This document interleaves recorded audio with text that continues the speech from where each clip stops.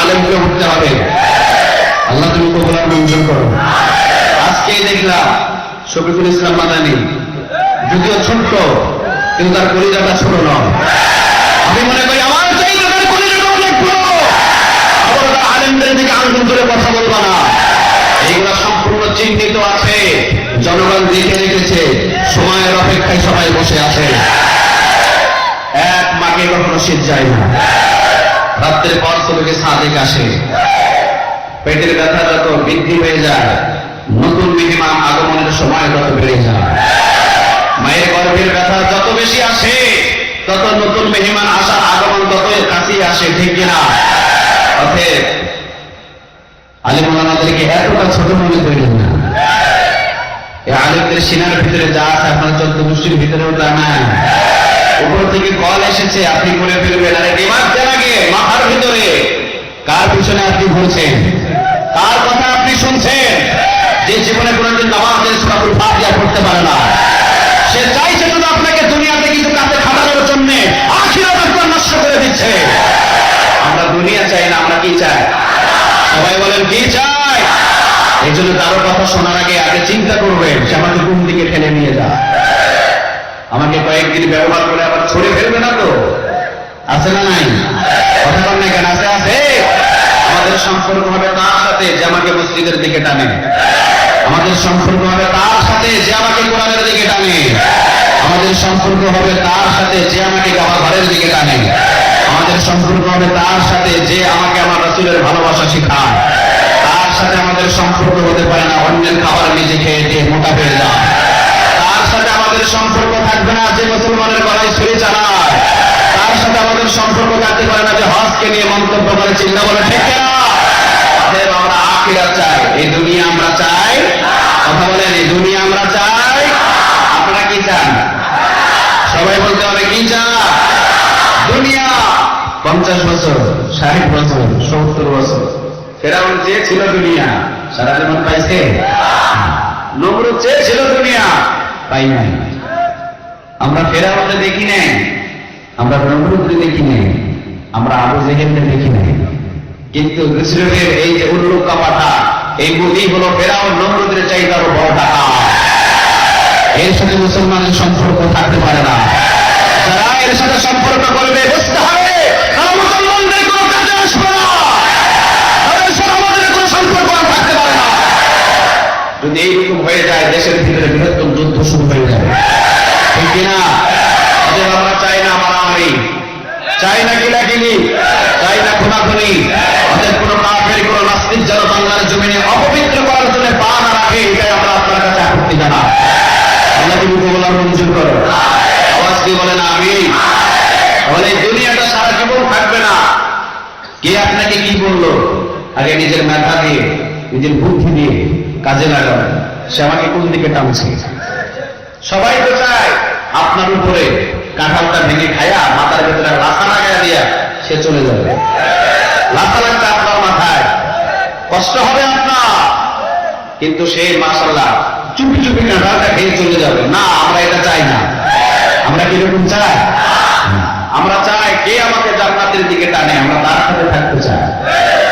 এই কোরআনের ময়দানে বসলে, এই কোরআনের ময়দান থেকে কেউ গাঁজা খাওয়া শিখে যায় না। এই কোরআনের ময়দানে বসলে কেউ বেনামাজি হয়ে যায় না, কেউ সুৎখোর হয়ে যায় না, কেউ কোরআনের বিরোধিতা হয়ে যায় না। এরা একটা সৈনিক খালিদ বিন ওয়ালিদের মতো বীর পুরুষ হয়ে যায়। চিল্লা বলো ঠিক কিনা? সব জিনিস নিয়ে রাজনীতি চলে, কোরআনের নিয়ে রাজনীতি করেন না। এই কোরআনটা শুধু আওয়ামী লীগের না, বিএনপি ভাইয়ের চরমনাইয়ের সবাই কোরআন যে কালেমা পড়েছে তারও কোরআন, ঠিক কিনা? কোরআন নিয়ে কি রাজনীতি করা যায়?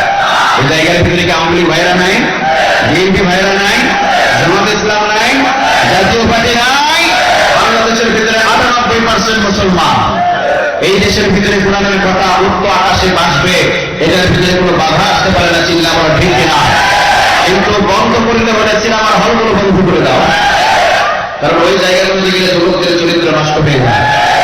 অশ্লীল যে ক্লাবগুলো আছে, ক্লাবগুলো বন্ধ করে দাও, মদের আসরগুলো বন্ধ করে দাও।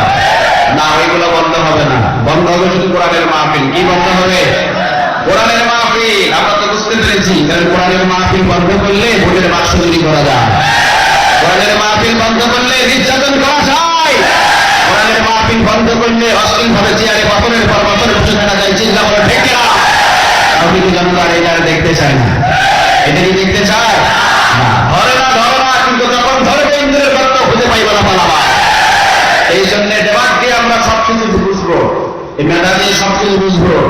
যে বললো ওই দিকে চলে যাও, যাওয়া যাবে? কথা বললে কেন? আপনার মেধা আছে, আপনার বুদ্ধি আছে, এই মেধা এই বুদ্ধিটা কাজে লাগা, এই মেধা বুদ্ধি দিয়েছে কে? সবাই পায় নাকি? আমরা সবাই জানি পাশেই যদি আরেকটা গানের একটা ক্লাস থাকে, ওই জায়গাতে গেলে কি হবে? সবাই পায় না, কি হবে? সবাই জানি না? এই জায়গায় কোরআনের কথা হবে, এই জায়গায় বসলে কি হবে? সওয়াব হবে। এই যে আপনারা ভালো মতন বুঝছেন, এই জায়গায় শুধু বুঝেন, অন্যান্য জায়গায় আপনারা বুঝেন না। অন্যান্য জায়গায় বুঝতে হবে। যতদিন না বুঝবেন ততদিন এই মুসলমানের দুঃখ আর কষ্ট দূর হবে না। এই কোরআনটা শুধু কোরআনের মাহফিল থাকবে এমনটা নয়, আগামী দিন হবে কোরআনের দিন, আগামী দিন হবে ইসলামের দিন। এই কোরআনটা শুধু মসজিদ মাদ্রাসায় আর তাফসীর কোরআন মাহফিলে থাকবে না। ওয়াল্লাহি সামনের দিকে যুবকরা যেইভাবে কোরআনের দিকে ঝাঁপিয়ে পড়েছে, আর বেশি দিন দেরি নাই এই বাংলার যুবকেরা অবশ্যই 30 পার কোরআন থেকে বাংলাদেশে পূর্ণ পর্যন্ত পুষিয়ে দেবে। হাত তুলে আমার আল্লাহকে দেখাও।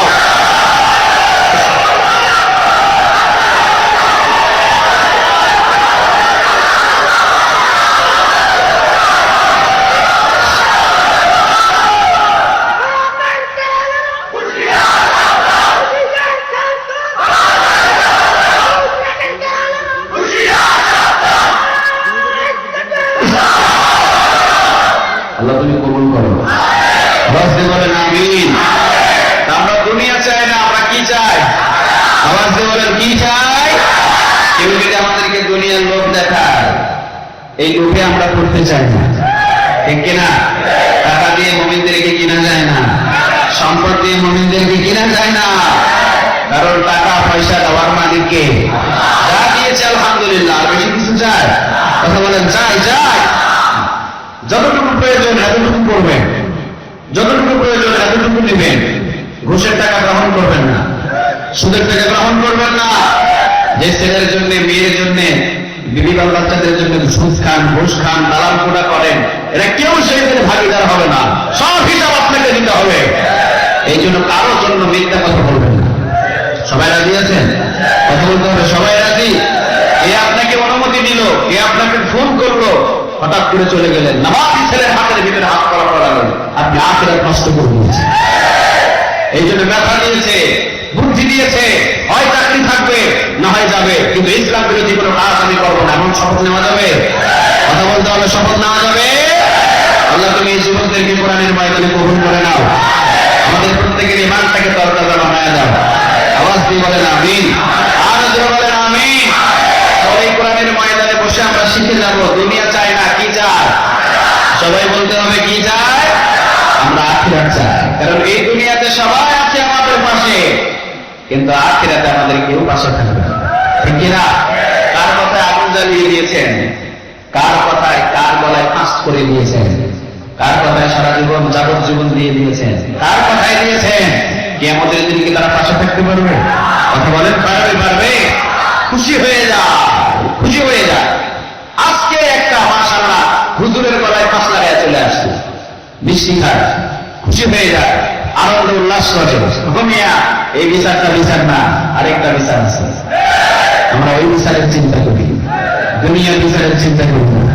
এই জীবনটা হলো লালসাময় একটা জীবন, 70 বছর, 80 বছর, 90 বছর। এই জীবনে যদি কষ্ট করেও যায়, যা এতে অসুবিধা কি? আমার রাসূলের জীবন কষ্টের জীবন ছিল। কি জীবন ছিল? বসেন, এই বসে যান। কি জীবন ছিল? সবাই বলেন কি জীবন? কষ্টের জীবন। হযরত ওমর রাদিয়াল্লাহু তাআলা আনহু তিনি বিশ্বনবীর দরজায় দাঁড়িয়ে বাচ্চা ছেলের মতো কান্না করছে, বাচ্চা ছেলের মতো। বিশ্বনবী বললেন, ওমর তুমি কান্না করো কেন? তোমার চোখে পানি কেন? ওমর রাদিয়াল্লাহু তাআলা আনহু বলছেন, আপনি কি জিন্দেগি করছেন?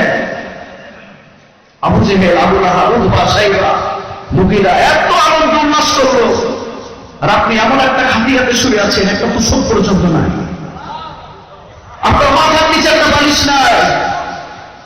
আপনি হাতটাকে মাথার নিচে দিয়ে 3 ভাঙ্গা দিয়ে আপনি শুয়ে আছেন, যিনি নাকি অর্ধ পৃথিবী শাসন করছেন, আপনি এইভাবে শুয়ে আছেন।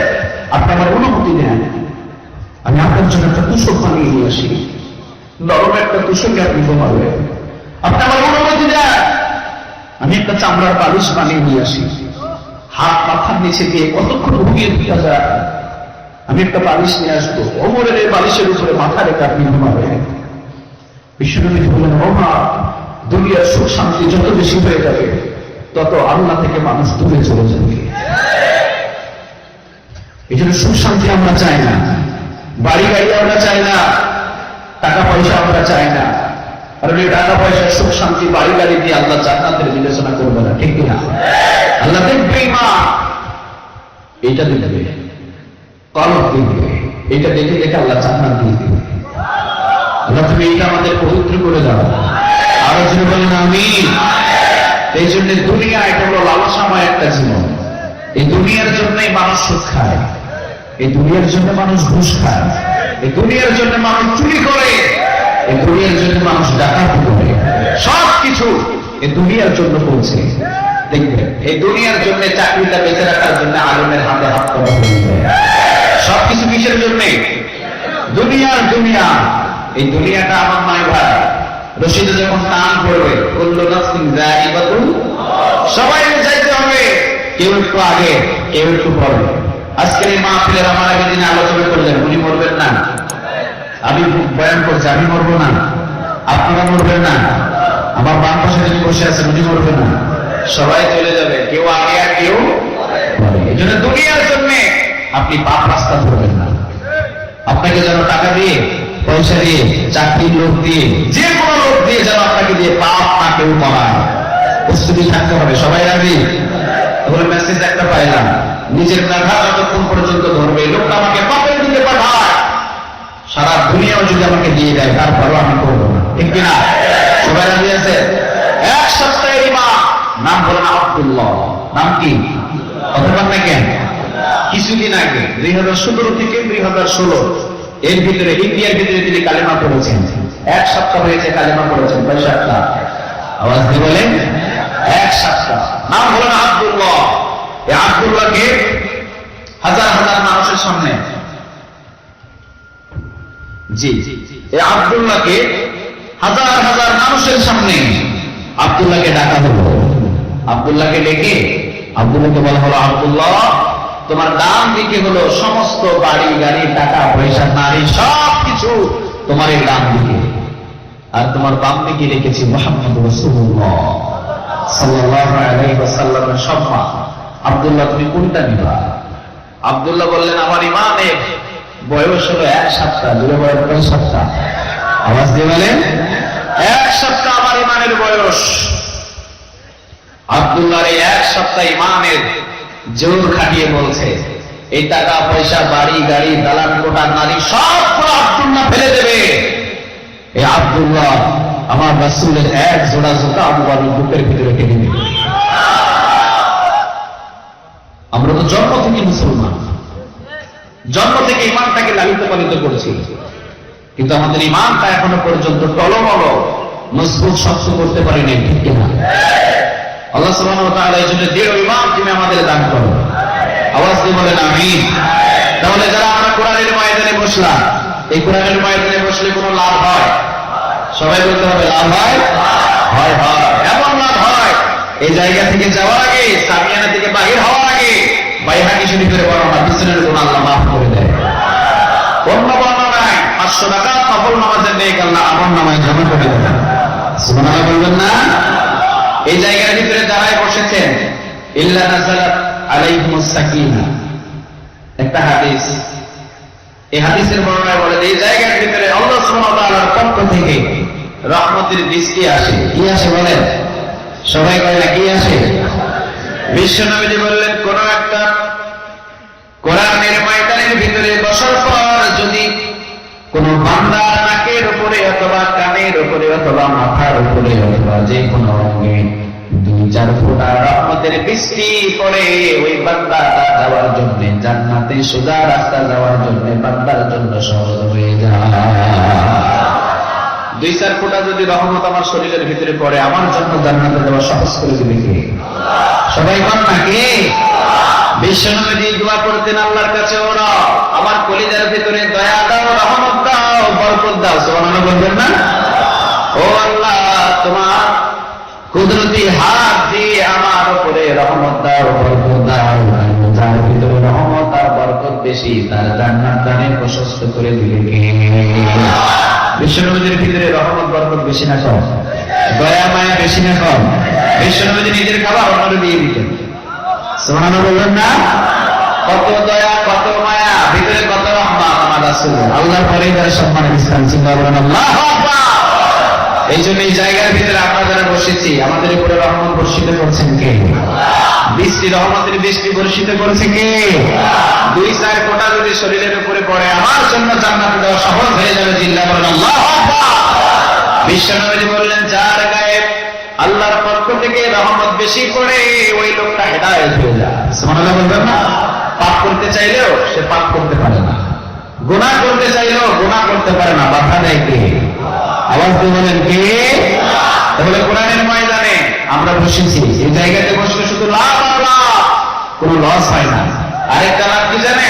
এই জায়গাতে যতক্ষণ পর্যন্ত বসে থাকবেন আপনি, আপনার দ্বারা একটা কোনো গুনাহ হবে না, ঠিক কিনা? এখন চার দোকানে বসে থাকেন, গুনাহ আছে? হবে? এই জায়গাতে 2 ঘন্টা বসে থাকেন, যদি গুনাহ হবে? সুবহানাল্লাহ বলবেন না? তাহলে আজকে আমরা কথা শুনবো কোন কিতাব থেকে? সবাই বলেন কি থেকে? কোরআন থেকে। কারণ কোরআন থেকে কথা শুনলে ঈমানটা বাড়ায় দেন কে? আরো জোরে বলেন কে? বলেন, এই কোরআনের ভিতরে সূরা আছে কয়টা? সবাই তো বলবেন না, কয়টা? 114টা। আয়াতের সংখ্যা কত? আয়াতের সংখ্যা নিয়ে কয়েকটা বর্ণনা এসেছে। আমরা সবাই জানি যে 6600। হ্যাঁ, তবে কয়েকটা বর্ণনা এসেছে, একটু কম একটু বেশি। 6666টা আয়াত আল্লাহ সুবহানাহু ওয়া তাআলা হয়তো কোরআনের ভিতরে দিলেন। বলেন, এই কোরআনের 6666টা আয়াতের ভিতরে একটা আয়াত আমি অপমাননা করলাম, মানে মানলাম না, মুমিন না কাফের? আওয়াজ দিতে হবে, মুমিন না কাফের? তাহলে এই কোরআনের সমস্ত আয়াত মানতে হবে 16 না। ধরে বলেন কয় না? কিছু মানলাম, কিছু মানলাম না, এমনটা করা যাবে? যেটা আমার বিপক্ষে চলে যায় আমি ওইটা মানব না, যেটা আমার পক্ষে আছে ওইটা আমি মানব, এমন করা যাবে? সুদ যে আয়াতগুলো আছে ওইগুলো আমি মানবো না, কারণ আমি সুদখোর। ঘুষের যে আয়াত ওইগুলো আমি মানবো না, ওইটা আমার বিপক্ষে চলে গেছে। যেগুলো আমার বিপক্ষে যায় ওইগুলো মানবো না, যেগুলো আমার পক্ষে আছে এইগুলো মানবো। এইভাবে কোরআন মানলে ঈমান থাকবে? কথা বলেন না কেন? ঈমান থাকবে? বরং এই চিন্তাটা আমাদের নিতে হবে, আমার কোরআন যদি আমার বাবার বিপক্ষে চলে যায়, আমার বাবাকে ছেড়ে দিতে রাজি, কোরআনকে ছাড়তে রাজি না। এই কোরআনটা যদি আমার নেতার বিপক্ষে চলে যায়, আমার নেতাকে ছেড়ে দিতে রাজি, কিন্তু কোরআনটাকে ছেড়ে দিতে রাজি না। এই কোরআনটা যদি আমাদের প্রধানমন্ত্রীর পক্ষে বিপক্ষেও চলে যায়, প্রধানমন্ত্রীকে ছেড়ে দিতে রাজি, কিন্তু 30% ছাড়তে রাজি না। এই কোরআনটা এমন একটা কিতাব, কারণ কোরআন যদি মানি পাবো কাকে? আওয়াজ দিয়ে বলতে হবে কাকে? আল্লাহকে। কারণ এই কিতাবটা পৃথিবীর কারণ, এই কোরআনটা কার? আল্লাহ সুবহানাহু ওয়া তাআলা। সুবহানাল্লাহ বলবেন না? এই কোরআনটা এমন একটা কিতাব, এটার সাথে টাচ করলে মানুষের সম্মান বেড়ে যায়। সুবহানাল্লাহ নেই? আচ্ছা বলেন, আপনাদের হাতের যেখানে টাচ লাগে ওই জিনিসের সম্মান বাড়ে না কমে? কয়বার? বাজার থেকে একটা মোবাইল কিনে এনেছেন, একটা মোবাইল কিনে আনলেন বাজার থেকে, 60,000 টাকা দিয়ে কিনে আনলেন। 1 সপ্তাহ আপনি 1 হাতে ব্যবহার করেছেন, বিক্রি করলে কয় হাজার? 30,000, 25,000, 20,000। কেউ বলবে আপনি দিয়ে যান, ঠিক কিনা? কেন? আমার হাতে কাজ লাগছে, এই জন্যই জিনিসের মূল্য কমে যায়। এই মাইকটা 1 বছর ব্যবহার করতেছে, যেটা কিনছে নতুন ওই টাকা দিয়ে বিক্রি করতে পারবে? কেন পারবে না? সে ব্যবহার করেছে, তার হাতে কাজ লেগেছে, সে ইউজ করেছে, এই জন্য দিন দিন এটা সম্মান কমতে পারে না, ঠিক কিনা? কিন্তু পৃথিবীর ভিতরে সব জিনিসে হাতের কাজ লাগলে সম্মান কমে যায়। কোরআনের সাথে যারই হাতের কাজ লাগে, কালো হোক, সাদা হোক, প্রতিবন্ধী হোক আর অন্ধ হোক, তার সম্মান বেড়ে যায়। সুবহানাল্লাহ বলবেন না? খালিদ বিন ওয়ালিদ রাদিয়াল্লাহু তাআলা আনহু, পাগুলো ছিল একবারে চিকন। কেমন ছিল বলেন? পাগুলো কেমন ছিল? সবাই তো বললেন না? চিকন ছিল, চিকন চিকন পা, অনেক চিকন। খালিদ বিন ওয়ালিদ রাদিয়াল্লাহু তাআলা আনহু তিনি যে কোনো যুদ্ধের ময়দানে যেতেন, বিজয় নিয়ে আসতেন। সুবহানাল্লাহ নাই? তরবারি ছিল খালিদ বিন ওয়ালিদের, এই তরবারিটা যখন খালিদ বিন ওয়ালিদ চালাইতো, কাফেরগুলো খুঁজে পাইতো না যে খালিদ বিন ওয়ালিদের তরবারি কিভাবে চলে। মনে হয় যে বেলেট দিয়ে কচু গাছ কাটছে। আল্লাহু আকবার। আজকে যদি জমিনের ভিতরে খালিদ বিন ওয়ালিদ একটা জন্ম নিত, ইসলামের শত্রুরা মাথা চাড়া দিয়ে ঘরে থাকতে পারত না, ঠিক কিনা? এই খালিদ বিন ওয়ালিদ রাদিয়াল্লাহু তাআলা আনহু পাগুলো ছিল অনেক চিকন চিকন পা। সকালবেলা কোরআন তেলাওয়াত করতেন খালিদ বিন ওয়ালিদ রাদিয়াল্লাহু তাআলা আনহু, বিকেলবেলা কোরআন তেলাওয়াত করতেন, হাঁটতে হাঁটতে কোরআন তেলাওয়াত করতেন, জিহাদের ময়দানে যুদ্ধ করতেন তো কোরআন তেলাওয়াত করতেন। সুবহানাল্লাহ। যুদ্ধ করতে করতে কোরআন তেলাওয়াত করতেন। আল্লাহু আকবার। খালিদ বিন ওয়ালিদ রাদিয়াল্লাহু তাআলা আনহু 24টা ঘন্টায় কোরআনের সাথে জড়িত থাকতেন। সুবহানাল্লাহ বলবেন না? উঠতে কোরআন তেলাওয়াত করতেন, বসতে কোরআন তেলাওয়াত করতেন, সব জায়গায় সব স্থানে। শুধুমাত্র জরুরত যতগুলো সাথে সমস্যা হয় ওই সময় কোরআন শুরু থেকে দূরে থাকতেন। কিন্তু হাঁটতে উঠতে বসতে ঘোড়ার পিঠের উপরে, উটের পিঠের উপরে, যে কোনো জায়গায় যাইতেন খালিদ বিন ওয়ালিদ রাদিয়াল্লাহু তাআলা আনহু কোরআন তেলাওয়াত করতেন। একদিন একজন সাহাবী বললেন, ও খালিদ, তোমার পাগুলো দেখে খুব হাসি লাগে রে খালিদ, তোমার পাগুলো কেমন যেন খরগোশের মতো। কার মতো? সবাই খায় না, কার মতো? খালিদ বিন ওয়ালিদ রাদিয়াল্লাহু তাআলা আনহু, তোমার পাগুলো কেউ বলে হরিণের মতো, কেউ বলে খরগোশের মতো। সুবহানাল্লাহ।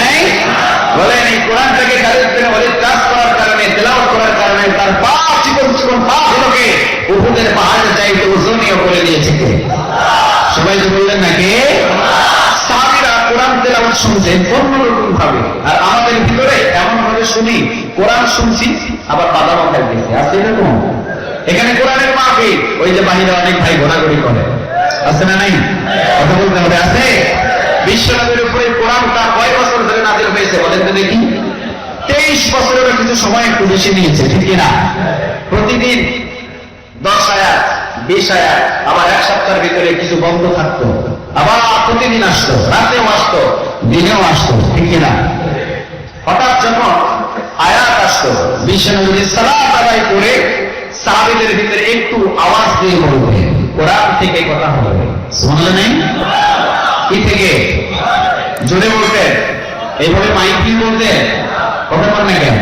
আমার রাসূলের কথা ছিল ছোট্ট ছোট্ট শব্দ। দেখেন সাহাবীরা কিভাবে কোরআনের জন্য পাগল ছিল।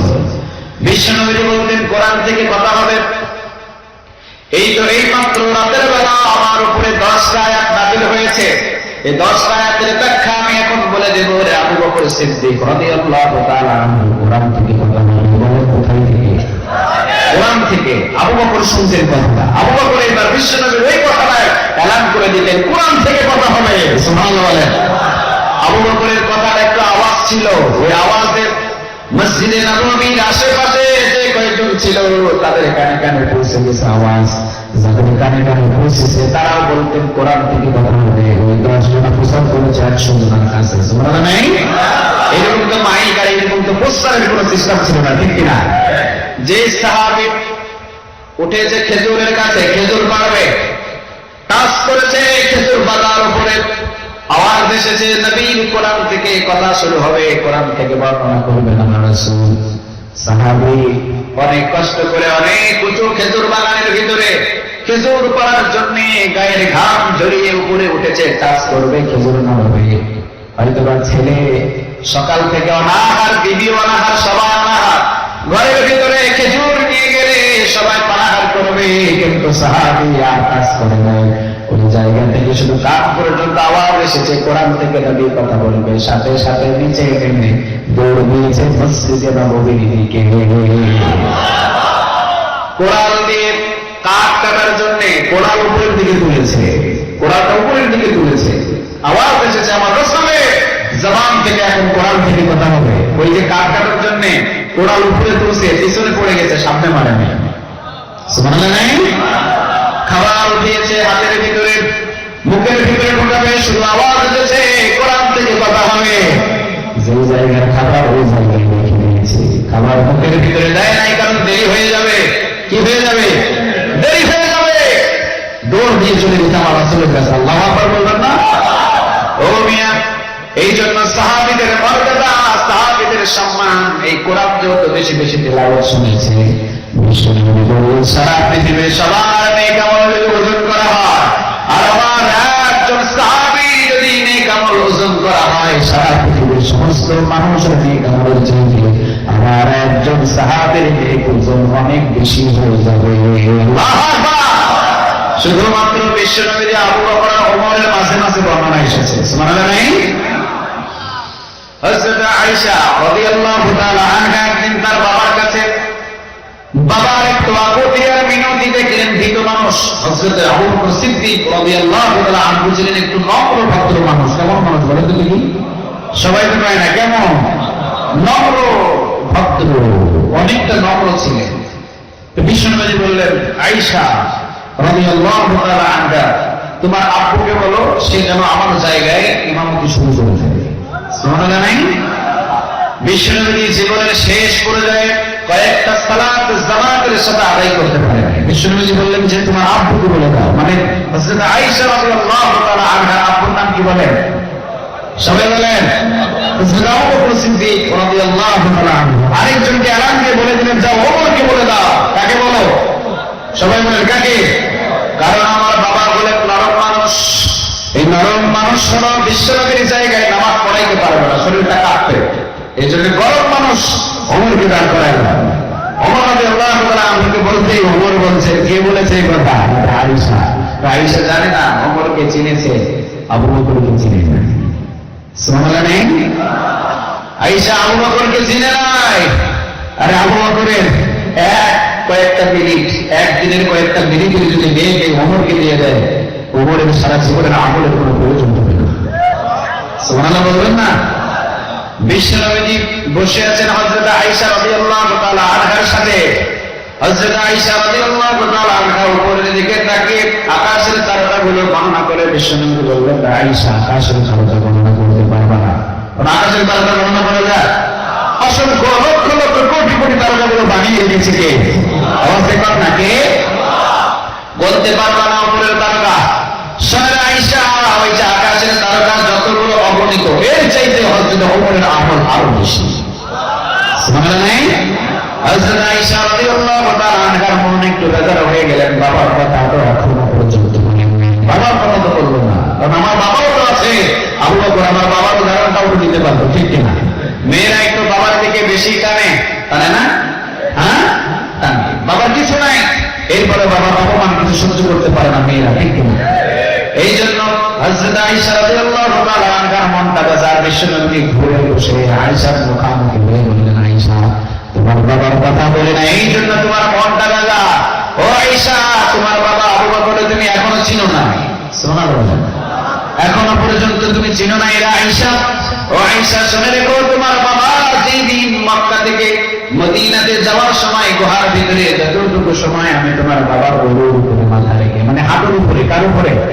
সবাই বলে হাঁটুর উপরে মাথা রেখে আমি বিশ্বনবী যতক্ষণ পর্যন্ত ঘুমিয়েছিলাম আর ওই গুহার ভিতরে যতক্ষণ পর্যন্ত ছিলাম, ওই সময়ের মেঘ যদি এক পাল্লায় দেওয়া হয় আর সারা বিশ্বের ওমর সহ সারা বিশ্বের সব মানুষের মেঘগুলো যদি আরেক পাল্লায় দেওয়া হয়, আবু বকরের মেঘের ওজন বেশি হয়ে যাবে।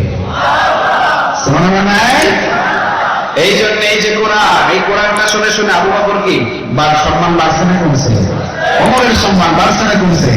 খালিদ বিন ওয়ালিদ রাদিয়াল্লাহু তাআলা আনহুর সম্মান বাড়ছে না কমছে? কাজে বোঝা যায় কোরআনটা তেলাওয়াত শুনলে সম্মান বাড়ে, কখনো কমে না। চিন্তা করা ঠিক কিনা? আমরা যারা এই জায়গায় বসেছি কোরআন তেলাওয়াত শোনার জন্য সম্মান বাড়ছে না কমছে? কথা বলেন, বাড়ছে না কমছে? তাহলে এই কোরআন তেমন একটা কিতাব, এই কোরআনটা পৃথিবীর কারো হেফাজতের দায়িত্ব আমার রব কখনো দেয় নাই। হেফাজতের দায়িত্ব তিনি নিজের কাছে রেখে দিয়েছে। সুবহানাল্লাহ বলবেন না?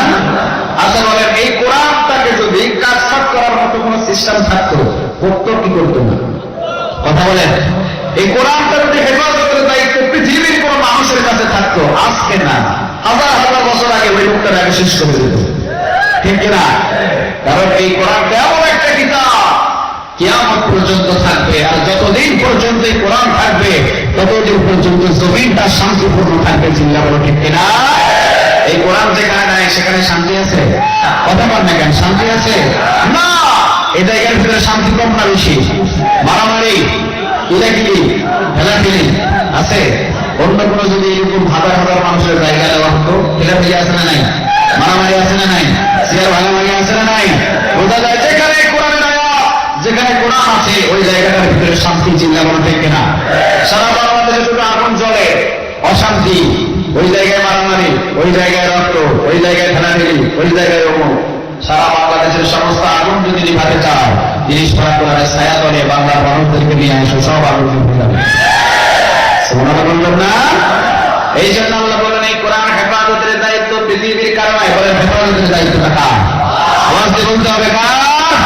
আল্লাহ বললেন ইন্না নাহনু নাযালনা যিকরা ওয়া ইন্না লাহু লাহাফিজুন। নবীকে কোরআন নাযিল করেছি আমি রব, হেফাজতের দায়িত্ব আমার। সুবহানাল্লাহ নাই? আপনারে আমি হেফাজতের দায়িত্ব দিলাই। ও নবী, আবু জেহেল, আবু লাহাব, উতবা, শাইবা, মুগীরা সবাই কোরআনের বিরোধিতা করে। তারা চায় মনে হয় আপনাকে শেষ করলেই কোরআনটাকে শেষ করতে হবে। না নবী, এই কোরআন হেফাজতের দায়িত্ব আপনার নয়। এই কোরআনটা কিয়ামত পর্যন্ত আমি আল্লাহ হেফাজত করবো। চিন্তা করলাম আমার নবী নাই, আমার রাসূল নাই, কিন্তু কোরআনটা আছে না নাই? কথা বলতে হবে আছে। পৃথিবীর সমস্ত দোকান যদি জ্বালিয়ে দেওয়া হয়, সমস্ত লাইট গুলো যদি জ্বালিয়ে দেওয়া হয়, সব চলে যাবে, কিন্তু কোরআনটা পৃথিবীর ভিতরে অটল থেকে যাবে। চিন্তা করেন ঠিক কিনা? যদি আগুন লেগে ধ্বংস হয়ে যায়, ধ্বংস হয়ে যায়, যদি আগুন লেগে যাই পুড়ে যায়, আগুন লেগে যাই পুড়ে যায়, পৃথিবীর সব দোকান বিশ্ব থেকে হারাবে না, পবিত্র কোরআন বিশ্ব থেকে হারাবে না, পবিত্র কোরআন। আওয়াজকে বলেন ঠিক না? এই কোরআনটা অটল থাকবে। অর্থাৎ পৃথিবীর ভিতরে যতই শত্রু আসুক, যত আয়াত ব্যান করতে চান, কোনো লাভ হবে না, কোনো লাভ হবে না। বরং এই কোরআনের উপরে হাত দিলে মুমিন কারো জিহ্বাটাকে ছিঁড়ে ফেলবে, জিহ্বা পর্যন্ত আনবে না। কারণ এই কোরআন যেমন যেমন কোনো কিতাব নয়। এই কোরআন এমন একটা কিতাব, যে ধর্মের কিতাব, এই ধর্মের মানুষ 5 মিনিটে 1 লক্ষ মানুষ এক জায়গায় সমবেত হয়ে যায়। সবার সাথে রাজনীতি চলে, মুমিনদের সাথে কোনো রাজনীতি চলে না। চিন্তা করা ঠিক কিনা? মুমিনরা এত ছোট মনে করিও না। মুমিনরা এমন জীবন দিতে রাজি, পিছনে হাঁটতে রাজি। কথা বলেন না কেন? 313 জন জয় হয়েছে কার? সুবহানাল্লাহ বলবেন না? এই জন্য এমন একটা কিতাব আমাদের হাতে এসেছে। এই কিতাবের ভিতরে সূরা আছে কয়টা? সবাই বলতে হবে 114টা। আজকে আমরা 14 নম্বর সূরা থেকে কথা শুনবো। জোরে বলেন কয় নাম্বার? সবাই বলতে হবে কয় নাম্বার? আল্লাহ রাসূল সাল্লাল্লাহু আলাইহি ওয়াসাল্লামের নামে এই কোরআনের ভিতরে একটা সূরা আছে না নাই? সূরার নাম কি? মুহাম্মদ। কি নাম? মুহাম্মদ। আল্লাহ রাব্বুল আলামিন 6 জন নবীর নামে এই কোরআনের ভিতরে 6টা সূরা দিয়েছেন। জোরে বলেন কয়টা? 6 জন নবীর নামে কোরআনের ভিতরে 6টা সূরা আছে। আবার 2 জন ওলির নামেও আল্লাহ এই কোরআনের ভিতরে 2টা সূরা দিয়েছেন। সুবহানাল্লাহ বলবেন না? এক হলেন মারিয়াম, আরেকটা হলেন লুকমান আলাইহিস সালাম। এটা হলো 2 জন বড় ওলি। কি ছিলেন? 2 জন বড় ওলি। এই 2 জন ওলির নামে কোরআনের ভিতরে সূরা আছে। একজন পুরুষ, আরেকজন নারী। আর 6 জন নবীর নামে এই কোরআনের ভিতরে 6টা সূরা দিয়েছে। আমার রাসূলের ঘরের নামে সূরা নাযিল করেছে। সূরার নাম কি? সূরা হুজরাত। সুবহানাল্লাহ বলবেন না? এই জন্য আমরা 14 নম্বর সূরা থেকে আজকে কথা বলবো। আল্লাহ রাব্বুল আলামিন সূরা ইব্রাহিম 14 নম্বর সূরা। সূরার নাম কি বলেন?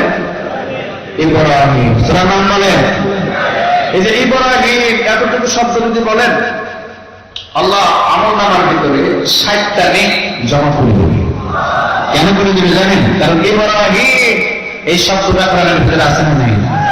প্রত্যেক হরফে 10টা নেক। যেটা বলেন কয়টা? আওয়াজ দিয়ে বলেন কয়টা?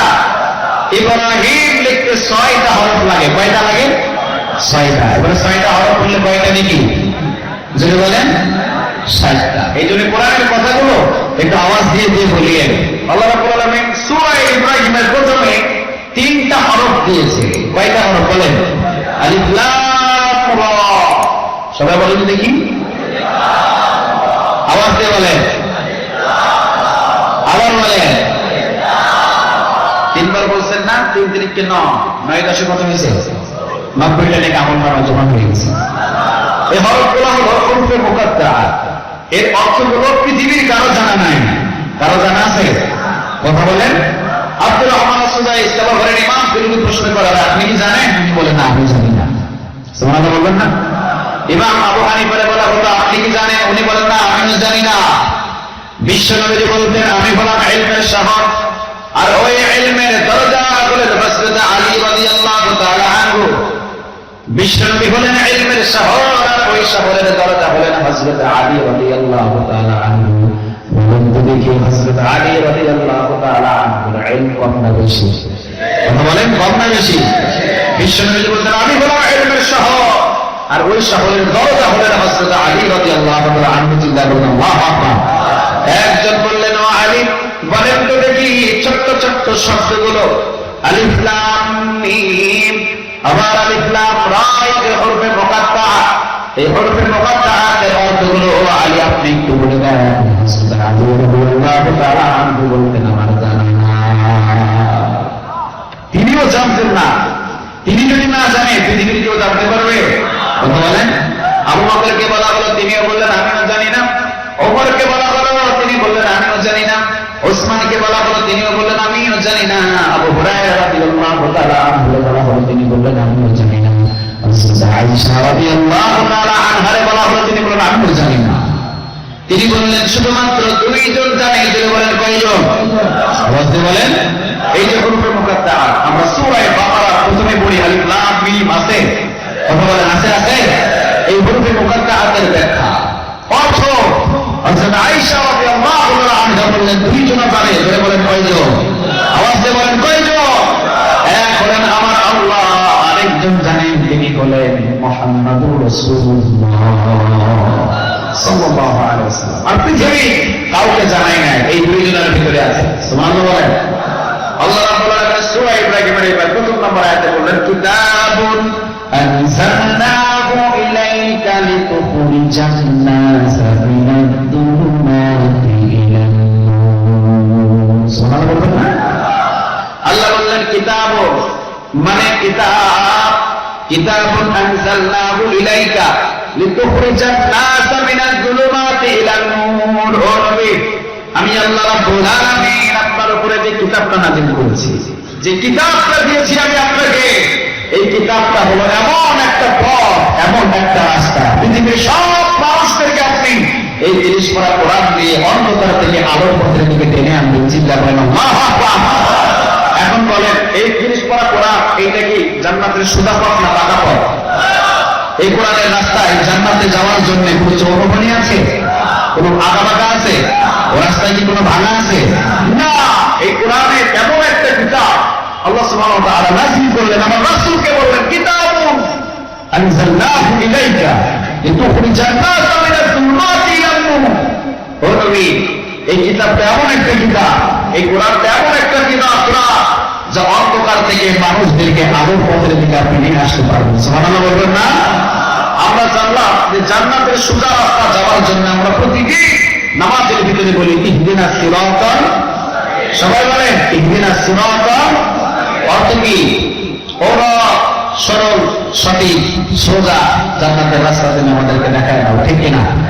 বিশ্বনবী বললেন পৃথিবীর ভিতরে সবাই জান্নাতের সোজা রাস্তা দেখাইতে চায়, তবে জান্নাতের সোজা রাস্তা পৃথিবীর কেউ দেখাইতে পারে না। জান্নাতের সোজা রাস্তা একজন দেখাইতে পারে, বলেন তিনি কে?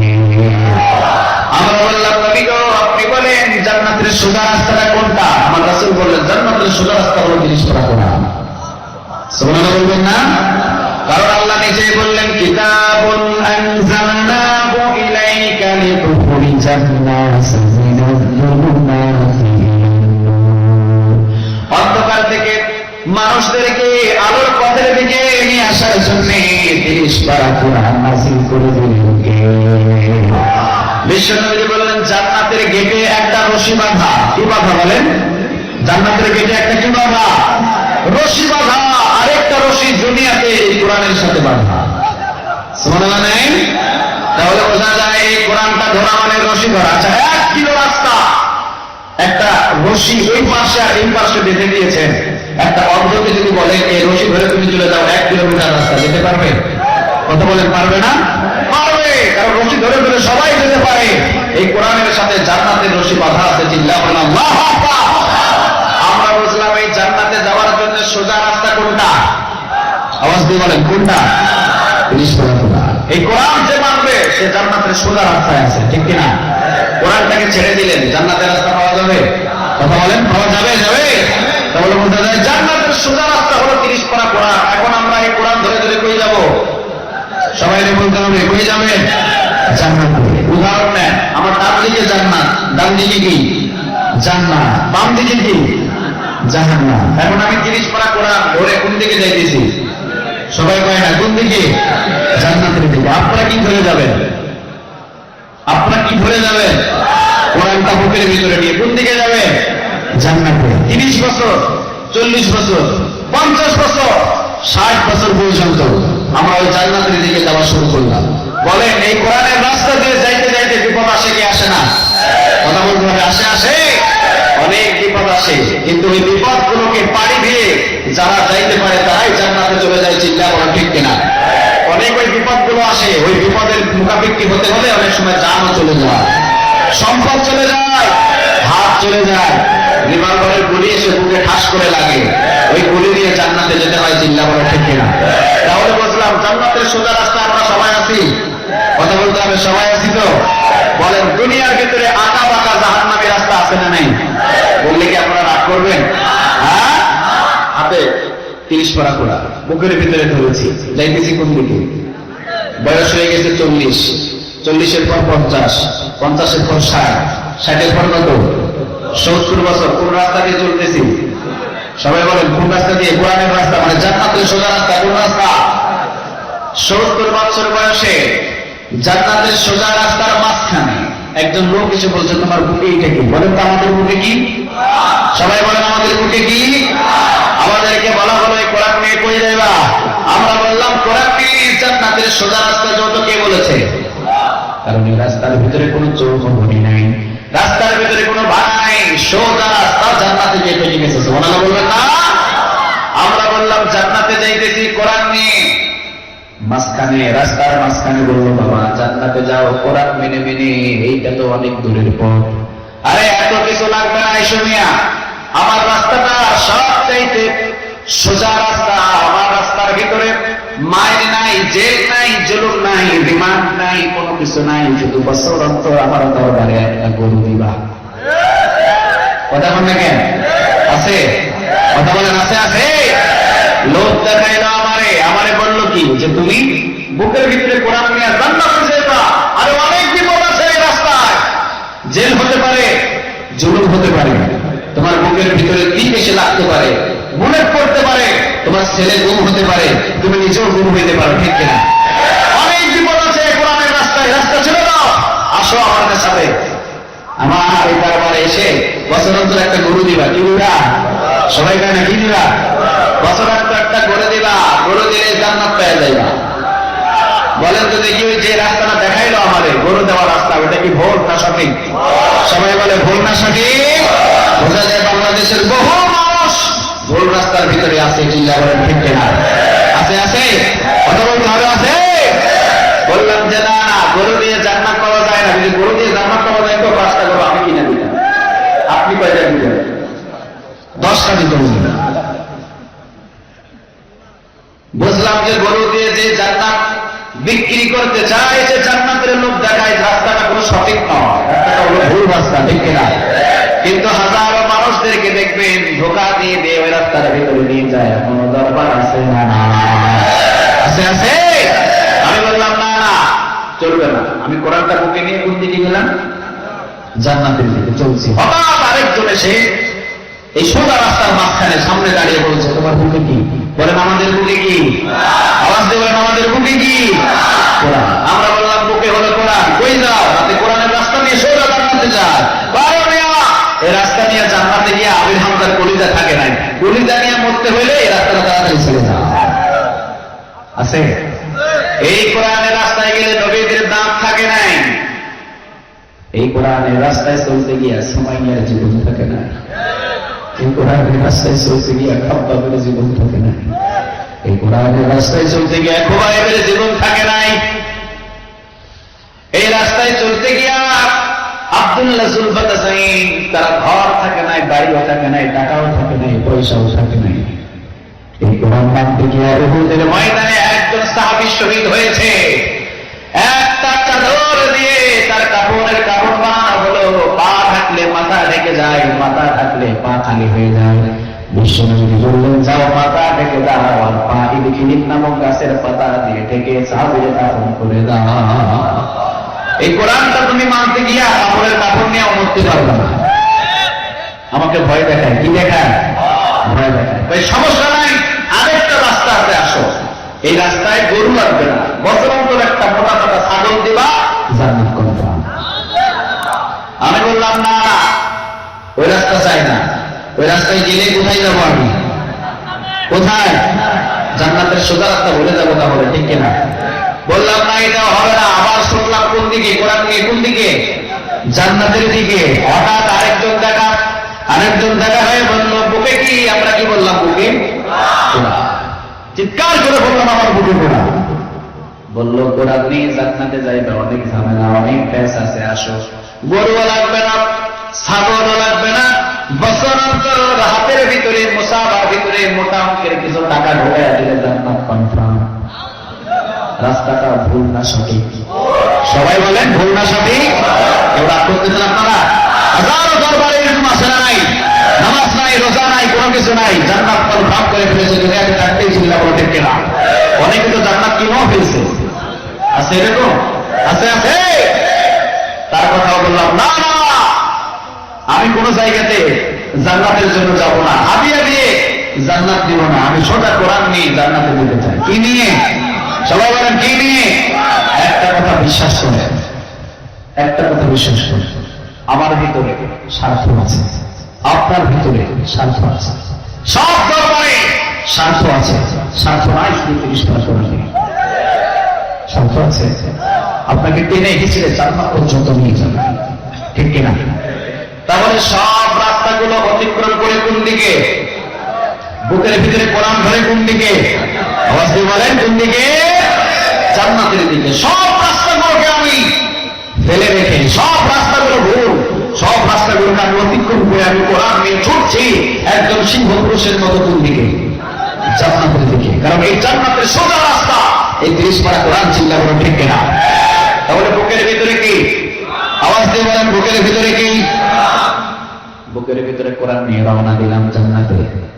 সামনে 10 জন প্রশাসক, কয়জন? সবাই বলেন কয়জন? 10 জন প্রশাসনের লোক এসে 10টা 36 রাইফেল বুকের ভিতরে ধরে বলছে, মাহমুদুল হাসান বুকে এটা কি? বলেন এটা কি আমাদের বুকে কি? আওয়াজ দেবেন আমাদের বুকে কি? কোরআন। আমরা বললাম কোরআন। 10 জন প্রশাসনের লোক বলল, 36 রাইফেল বুকের ভিতরে ধরেছি, কোরআনটা ছেড়ে দাও। প্রশাসনের লোকের 36 রাইফেলের গুলিতে যদি কোরআনটাকে জমিয়ে ছেড়ে দিয়ে জান্নাতে যাওয়া যাবে? কথা বলতে হবে, জান্নাতে যাওয়া যাবে। অতএব জান্নাতে যদি যেতে হয় কোরআন থেকে বুকের ভিতরে নিয়ে 36 রাইফেলের গুলি দিয়ে যদি বুকটা ঝাঁঝরা করে নেই, বুকের ভিতরে বুলেট নিয়ে কোরআন ধরে ধরে জান্নাতে যেতে হবে। এই কোরআনটা হলো সেই কিতাব, ঠিক কিনা?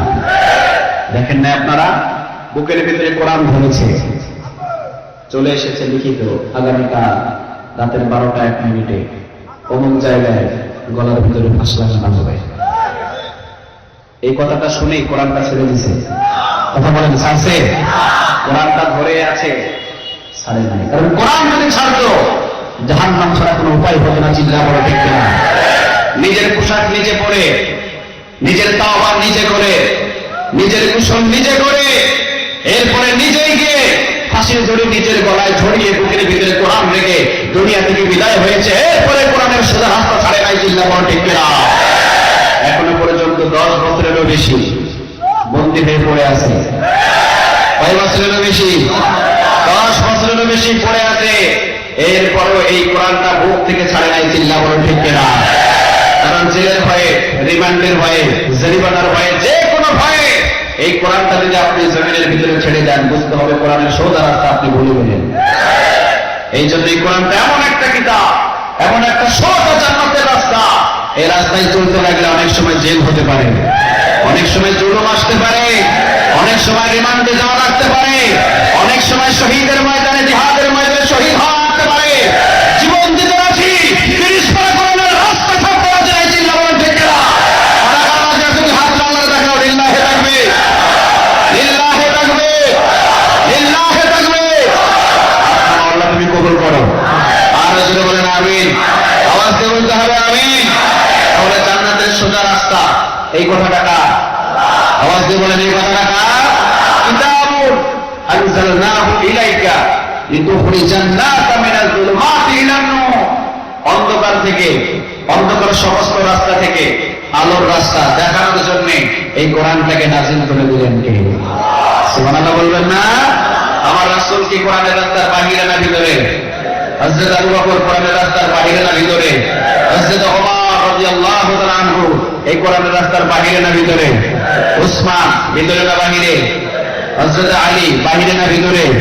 পৃথিবী থেকে যত মুমিন আর মুত্তাকি এসেছে সবাই হলো এই কোরআনের রাস্তার ভিতরে, চিন্তা বলো ঠিক কিনা? ইমাম আবু হানিফা কোরআনের রাস্তার বাহিরে না ভিতরে? পৃথিবীর যত আলেম আছে, যত উলামা আছে, যত মাশায়েখ আছে, সবাই হলো এই কোরআনের রাস্তার ভিতরে। এখন আপনারা কার ভিতরে? আপনারা কোরআনের রাস্তার ভিতরে না বাহিরে? যদি কোরআনের রাস্তার ভিতরে থাকতে রাজি থাকেন, প্রস্তুতি নিতে হবে, প্রস্তুতি নিতে হবে, প্রস্তুতি নেন। হয়তো জীবন চলে যেতে পারে, রাগ হওয়া যাবে না। কুষ্টিয়াতে এক জায়গাতে প্রোগ্রাম করতে গেলাম, ওনার একটা ছেলে কোরআনের ময়দানে মিছিল করতে করতে জীবন দিয়ে শহীদ হয়ে গেছে। আমি বললাম আপনার বুকের সাথে আমি বুকটা লাগাই। ওনার বুকের সাথে বুক লাগায় বললাম আল্লাহ, একজন শহীদের পিতার সাথে বুক লাগাইতে পারছি, কিয়ামতের দিন অন্তত আল্লাহ সুবহানাহু ওয়া তাআলার কাছে বলতে পারবো শহীদের পিতা শহীদ তো হইতে পারি নাই, তো শহীদের পিতার সাথে বুক লাগাইছি বলে যেটা ঠান্ডা হয়ে গেছে। আল্লাহু আকবার। এই জন্য যদি জেল হয়, জুলুম হয়, অত্যাচার হয়, আমার সম্পদ চলে যাক, আমার বাড়ি জ্বালিয়ে দেওয়া হোক, আমার বাড়ি পুড়িয়ে দেওয়া হোক, আমাকে রিমান্ডে নিয়ে দেওয়া হোক, আমাকে ফাঁসির কাস্টে ঝুলানো হোক, সমস্ত কিছু মানতে রাজি আছি।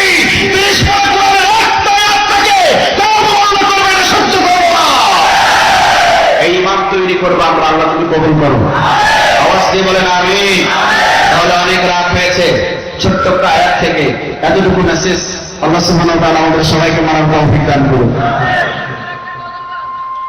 জি 11:30 হয়ে গেছে, যেহেতু আপনাদের পাহাড়ি অঞ্চলের পর, আবার অনেকে হয়তো দূর দূরান্ত থেকে এসেছে, সবারই যাওয়ার একটা সময় আছে, ঠিক কিনা?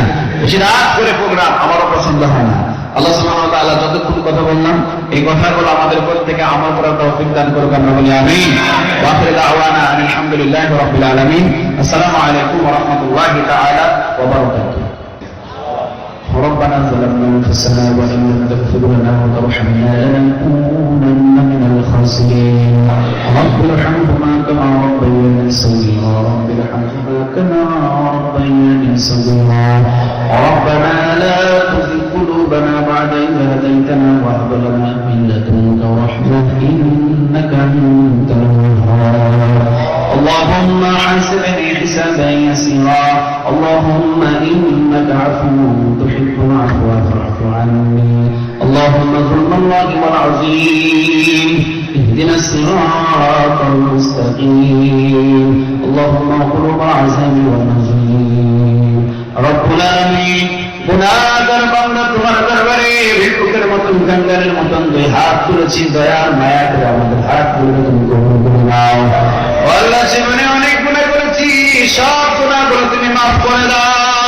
আজকে এই কোরআনের ময়দানে বসেছি আল্লাহ, ইমানদার মুমিন পরহেজগার হিসেবে তুমি কবুল করে এরপরে সামনে থেকে মুমিন করে দাও। জীবনের গুনাহ নিয়ে সামনে থেকে বাহির হতে চাই না আল্লাহ।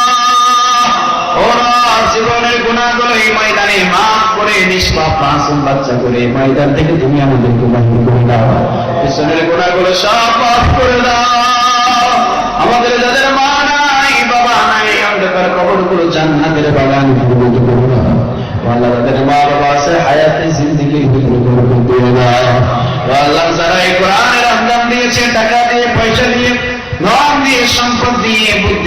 মানুষকে আল্লাহ প্রত্যেকের এই দানগুলো কবুল করে নাও। যারা বিদেশের জমিনে আছে সবাই আসমানে জমিনে বাড়া মুসিবত থেকে হেফাজত করো।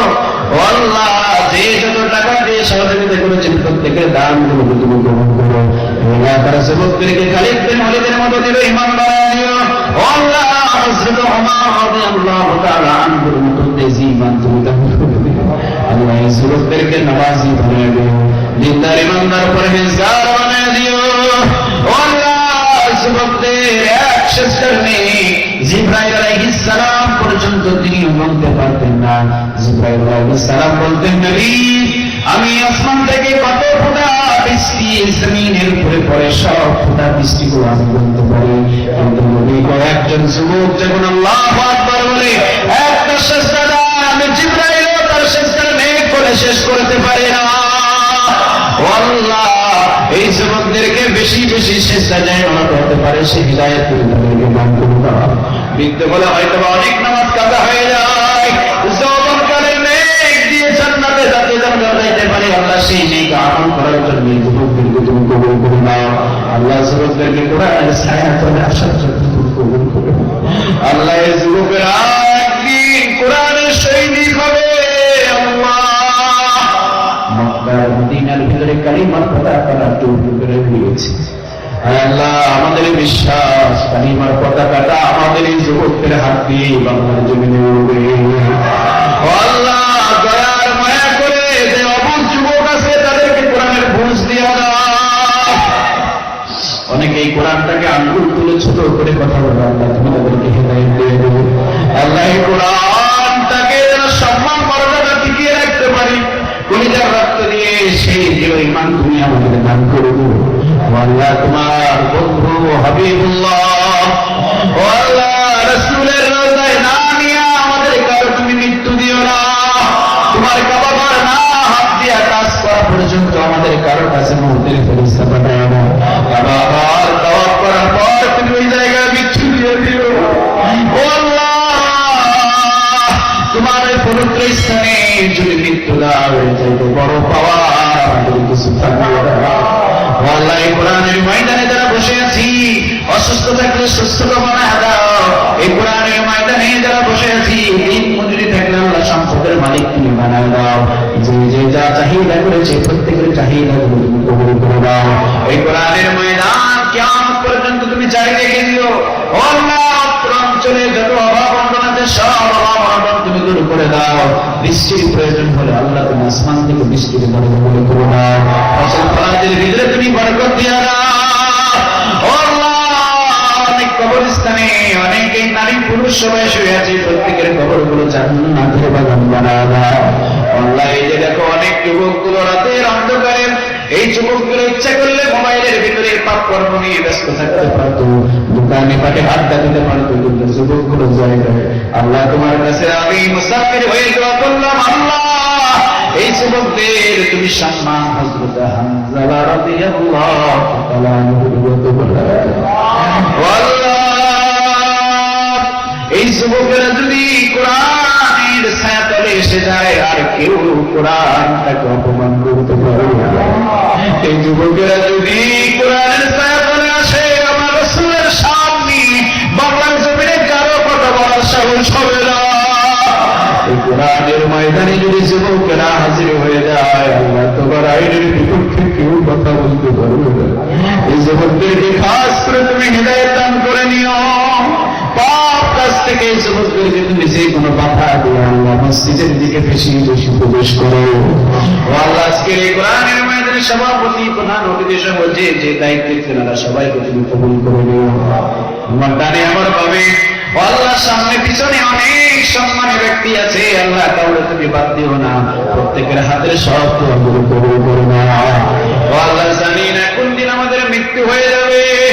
আল্লাহ, মৃত্যুর আগে তুমি কালিমার পতাকা বাংলার জমিনে পথ করে উঠছে, না দেখায় মৃত্যু দিও। যুবক অনেকে যুবক নিয়ে চলে গেছে, শহীদ হিসেবে তুমি তাদেরকে কবুল করে নাও। আল্লাহ, 10 বছরেরও বেশি যিনি এখন পর্যন্ত চার দেয়ালে বন্দী হয়েছে, দয়ার মায়া করে তার শারীরিক সুস্থতা শুনেছি শুধু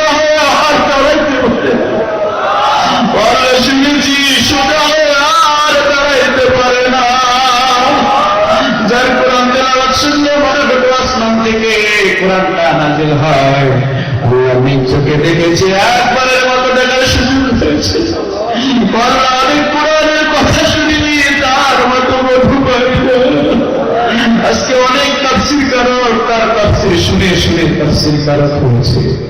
আজকে অনেকের ছেলে মাদ্রাসায় ভর্তি, তার আলোচনা শুনে মাদ্রাসায় ভর্তি করিয়েছে। অনেকে একটু করে আফসোস করে, যদি তিনি থাকতেন তার হাতে হাত রেখে কালেমা পড়ে দিতাম। আল্লাহ 30 বছরের মতো কোরআনের কথা বললে তিনি কোরআনের খাদেম ছিলেন, যিনি হাজারেরও বেশি মুসলিম তার হাতে মুসলমান হয়েছে। আল্লাহ শেষবারের মতো এই মুক্ত আকাশের নিচে একবারের মতো হলো কোরআনের ময়দানে তুমি তারে কবুল করে নিও। আর পরীক্ষা তুমি করিও না। বিশ্বনবী নিজেই বললেন, সমস্ত সাহাবীরা আমি বিশ্বনবীর আমলের কাছাকাছি, যত নেক আমল তোমাদের পৌঁছে যাবে তোমাদের উপরে শাস্তি এবং পরীক্ষা বেড়ে যাবে। জানি না কি পরীক্ষা তুমি তার কাছ থেকে নিতে পারো। জানতাম এমন পরীক্ষা আমাদের ছোট্ট ইমান নিয়ে দেওয়া সম্ভব ছিল না। ও আল্লাহ, যে কঠিন ইমানের পরীক্ষা তিনি দিয়েছেন, এই কঠিন ইমানের পরীক্ষায় তুমি আল্লাহ তাকে প্রকাশ করে দিও। তুমি এই পরীক্ষাগুলো তার কবুল করে দিও। ও আল্লাহ, বাংলার জমিনের মুসলিম একবারের মতো হলেও তারা আর কোরআনের ময়দানে উপস্থিত হতে চায়। আল্লাহ, তুমি একবারের মতো হলেও কোরআনের ময়দানে আবার তুমি তাকে কবুল করে দিও। জানি না কোন দিন আমরা বিদায় হয়ে যাব, কোন দিন সাদা কাপড়ের ভিতরে প্যাকেট হয়ে যাব, মাথার দিকে পায়ের দিকে চকলেটের মতন মোড়াই আমাদেরকে কোন দিন কবরস্থানে দিও। আল্লাহ, সেই দিন তোমার গোলাম হিসেবে তুমি আমাদের কবুল করে নিও। আমরা তোমার গোলাম হতে চাই, অন্য কোনো পথ আর আমরা চাই না। আল্লাহ, গোলাম হিসাবে তুমি আমাদেরকে কবুল করে নিয়ে যখন মৃত্যু হবে, আল্লাহ জিহাদের ময়দানে আমির হামজার মতো তুমি সম্মানী মৃত্যু দিও। মৃত্যু দিও। ও আল্লাহ, শরীরের ভিতরে রক্ত প্রতি মাসেই তো রক্তের কণাগুলো চেঞ্জ হয়ে যায়। আল্লাহ, এক ফোঁটা রক্ত তো তোমার কোরআনের জন্য এখনো দিতে পারলাম না। তোমার কি কবুল করার মতো মন মানসিকতা নাই। আমাদের মতোই নরম গোলামদের কাছ থেকে তোমার কোরআনের জন্য, তোমার কালিমার জন্য এক ফোঁটা রক্ত হলেও কবুল করে দিও। কারণ এক ফোঁটা রক্ত যদি তোমার জন্য দিতে পারি, কিয়ামতের দিন মুখ ফুলিয়ে বলতে পারবো, আল্লাহ শহীদ হিসাবে তুমি না কবুল করবা না কেন? এক ফোঁটা রক্ত হলেও তো তোমার কিয়ামতের দিনের জন্য ব্যয় করেছি। আল্লাহ, আমাদের কবুল করে নিও। কোরআনের ময়দানে এক ফোঁটা রক্ত হলেও তুমি কবুল করে নিও। আর যদি জিহাদের ময়দানে মৃত্যুটা না হয়, আল্লাহ তাহাজ্জুদ নামাজের বিছানায় আমাদের মৃত্যু দিও। যখন আল্লাহু আকবার বলে শেষ বাজবে, আল্লাহ শেষ করাতে অবশ্যই আমাদের মৃত্যু দিও। তুমি তো সবচেয়ে বান্দার একটা জিনিস পছন্দ করো, সেটাই হলো সেজদা। ও আল্লাহ, তোমার সবচেয়ে প্রিয় জিনিস দিয়ে যেন আমাদের মৃত্যু হয়, সেজদার ভিতরে যেন মৃত্যুটা হয়ে যায়। আর মৃত্যুর পূর্বে একটু সুযোগ করে দিও, যেন কালেমা নিয়ে সারা পৃথিবীর ভিতরে মারামারি, কালেমা নিয়ে সারা পৃথিবীর ভিতরে হানাহানি, মৃত্যুর পূর্বেও যেন, এই মৃত্যুর আগে যেভাবে কালেমার উপরে অটল আছি, মৃত্যুর পূর্বেও যেন ওই ওজনীয় কালেমা পড়ে বিদায় নিতে পারে, একটু সুযোগ করে দিও। লা ইলাহা ইল্লাল্লাহু মুহাম্মাদুর রাসূলুল্লাহ।